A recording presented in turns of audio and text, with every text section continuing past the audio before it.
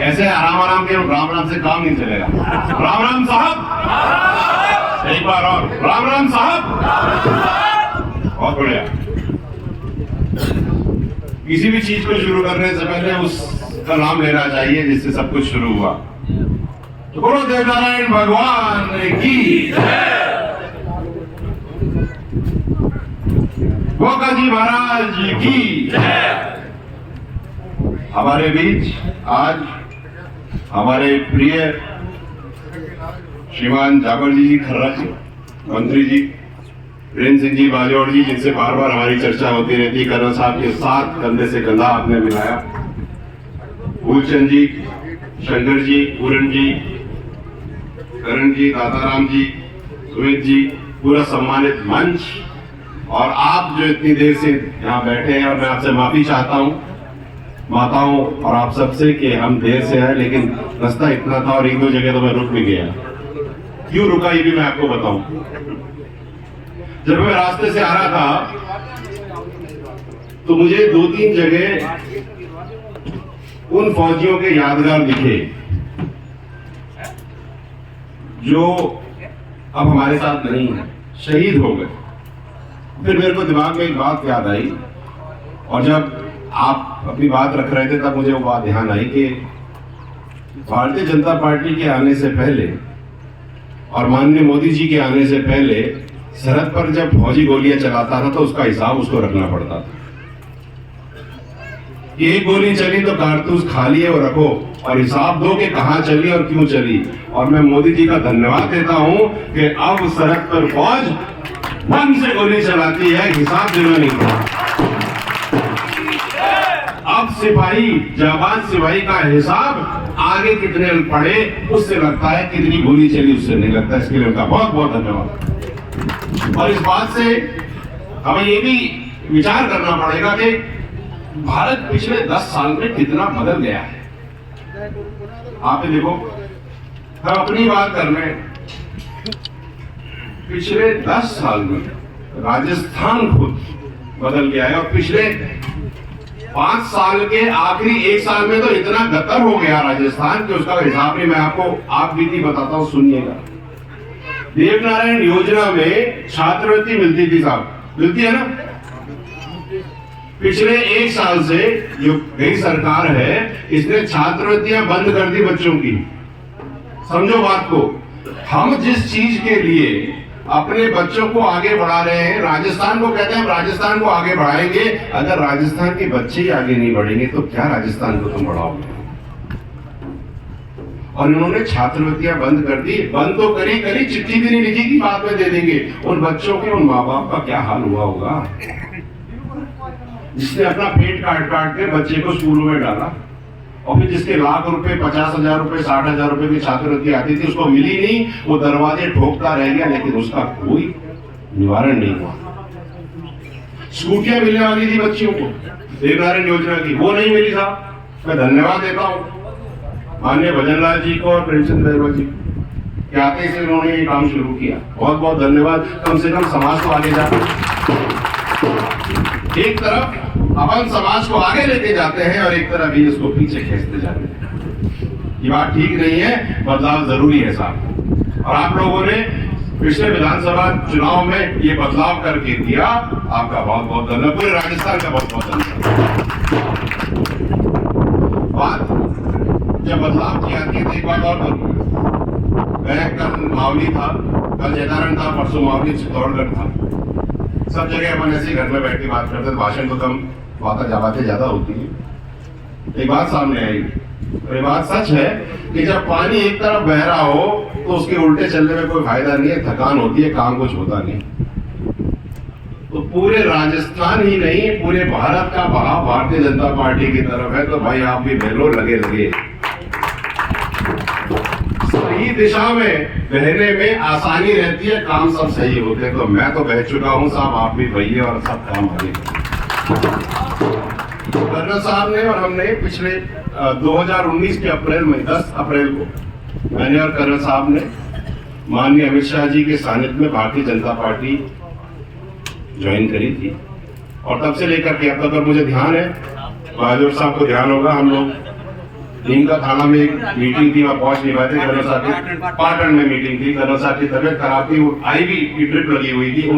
वो कर्नल साहब इतना माननीय मोदी जी में विश्वास करते थे और उनके लिए तो कहते थे कि मोदी जी को जिताना है, जो भी करना है करना पड़ेगा, हम करेंगे। फिर हमसे पूछा गया कि आप ऐसा सोचते, क्योंकि हर चीज का कारण होना चाहिए। कर्नल साहब क्या कहा करते थे, और अपन सब किस चीज के ऊपर काम करते हैं? अच्छी शिक्षा, अच्छा स्वास्थ्य, पढ़ी लिखी माँ और कर्ज मुक्त समाज। और मुझे बता दो, मोदी जी भी तो इसी पे काम करने लग थोड़ी कर रहे हैं। आखिरी छोर के आखिरी व्यक्ति को, अंत्योदय वाले व्यक्ति को जब आपकी योजनाएं मिलती हैं, वही तो काम हो रहा है। जब माननीय मोदी जी की विचारधारा, आपकी विचारधारा और मेरी विचारधारा एक है, तो बहाव तो सही चलना चाहिए ना, तो हमें उसी भाव में जाना चाहिए।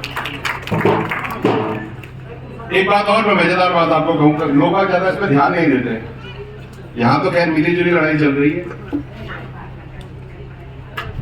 लोकसभा में बहुमत के लिए 272 सीटें चाहिए सर, 272 चाहिए ना। आपको पता है 7 तारीख के हिसाब से, 7 तारीख को जो कांग्रेस ने लिस्ट निकाली, कांग्रेस तो केवल 244 पर इलेक्शन लड़ रही है। वो तो बहुमत के लिए भी नहीं लड़ रही, देश का चलाएंगे। सोचने वाली बात है।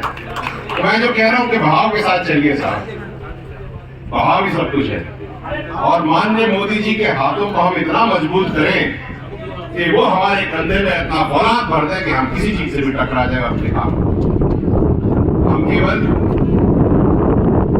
अगर इस बात पे विश्वास करें, विचार करें कि हमें चाहिए क्या, एक परिवार को क्या चाहिए। आप 4 गाड़ियां ले आओगे, 20 गाड़ियां ले आओगे, उससे आपका पेट नहीं भरेगा। आपका पेट तब भरेगा जब आपके बच्चों का भविष्य ठीक होगा, और वो तब होगा जब आपको सारी योजनाएं मिलेंगी, आपको सारी सहूलतें मिलेंगी, आपके बच्चों को पढ़ने के लिए सामान मिलेगा। और मैं आपको यहाँ एक चीज बता के जा रहा हूँ, माननीय मोदी जी के विचार देखिए आप। डीनोटिफाइड ट्राइब्स नाम की एक चीज है, और उसके साथ में धुमंतु और अर्धधुमंतु दोनों आते हैं, उसमें गुजर भी आते हैं, गडरे भी आते हैं, व्यापारी गायिका भी आते हैं। ये अपने आरक्षण से अलग है। और माननीय मोदी जी ने इलाके कमीशन बिठाई थी, उसका रिजल्ट भी आ गया, उन्होंने अपनी रिपोर्ट भी दे दी। और अब पिछले 25 दिन पहले गुर्जर समाज सेंट्रल की लिस्ट में आ चुका है, और बहुत जल्दी अपने आचार संहिता के बाद प्रक्रिया के तहत राजस्थान में इसके सर्टिफिकेट बनने लग जाएंगे। अब आप ये समझिए इससे होगा क्या। तो आपने ताली तो बजा दी, लेकिन मिलेगा क्या इसको समझो, ये समझो, जरूरी है ये बात। आपका बच्चा विदेश में पढ़ने जाएगा और उसके पढ़ाई का सारा खर्च माननीय मोदी जी देंगे। ये बात आप समझिए। आपके बच्चे कलेक्टर बनना चाहते हैं, यूपीएससी का एग्जाम देना चाहते हैं, उसकी कोचिंग कराने के लिए 1.5 लाख रुपए, 60 हजार रुपए या 2 लाख रुपए लगेंगे, माननीय मोदी जी ये देंगे। आप अच्छा, ये लोन नहीं है साहब, ये पैसे वापस नहीं करने, बच्चों को पढ़ाओ, आगे बढ़ाओ। फौज में जाना है, एनडीए में जाना है, सीडीएस का एग्जाम देना है, आईआईटी देनी है, हर चीज के लिए आपको सहूलियतें दी जाएगी। ये बात आप समझिए। जब हम बात कर रहे थे कि हमारे बच्चे आगे बढ़ेंगे तभी तो राजस्थान आगे बढ़ेगा, तभी तो भारत आगे बढ़ेगा, तो उसके लिए मोदी जी की विचारधारा, आपकी विचारधारा, हमारी विचारधारा और हम सबकी एक ही चीज। हम आखिरी में एक बात कहना चाहूंगा, मैं झुंडवा नाम का एक गांव है, ये अपना उनियारा में आता है, उनियारा तहसील में आता है। वहां पर एक महिला मुझे मिली, यशवार, आज से करीब 1 हफ्ते पुरानी बात है। हम जा रहे थे तो मिल गई, पकड़ लिया उसको। 8वीं पास है वो, 8वीं पास होने के बावजूद अंग्रेजी में मेरे को नंबर लिखाए सारे, और उन्होंने मोदी जी की एक एक योजना मुझे गिना दी। मुझे इस बात का बहुत हर्ष है, खुशी है कि जो योजनाएं मोदी जी विकसित भारत के द्वारा हर घर घर को दिख जा रही थी, वो एक भांडों की ढाणी में रहने वाली, कच्चे घर में, मकान में रहने महिलाओं को कंठस्थ है। ये आपकी ताकत है, ये आपने करके। और मैं ये बात कर रहा था, मैं तो एक चर्चा चली कि देवनारायण का एक स्कूल यहाँ चाहिए, तो भाई अभी आचार संहिता चल रही है, बाद में अपन सब कर लेंगे। बात एक और चली थी, सब चर्चा कर रहे थे पानी की, या पानी की दिक्कतें हैं। तो इन 5 सालों में भाई साहब ने बिल्कुल सही कहा, आने वाले अब से जो शुरू हुई है 5 साल, ये राजस्थान के लिए मील का पत्थर साबित होगा, और इस इलाके के लिए तो जरूर होगा, क्योंकि बहुत बदलाव होने वाला है। हम जितनी मेहनत मशक्कत के साथ वो काम कर सके जो हमसे जिस चीज की अपेक्षा है, तो फिर सरकारें वो काम करेंगी जिसकी अपेक्षा हमसे है। आपके यहाँ पानी भी आएगा, आपके यहाँ पर ज्यादा फैसिलिटीज भी आएंगी, स्कूल्स कॉलेजेस भी आएंगे, सब काम होंगे। और सबसे ज्यादा जरूरत जिस बात की है वो ये है कि हम 2047 का जो भारत माननीय मोदी जी ने विचार किया है, सोचा है, उसको हम बनाएंगे। और वो तभी बनेगा जब आपका वोट और पूरे इस क्षेत्र का वोट और पूरे राजस्थान का वोट कमल के बटन पर दबेगा और कमल जी।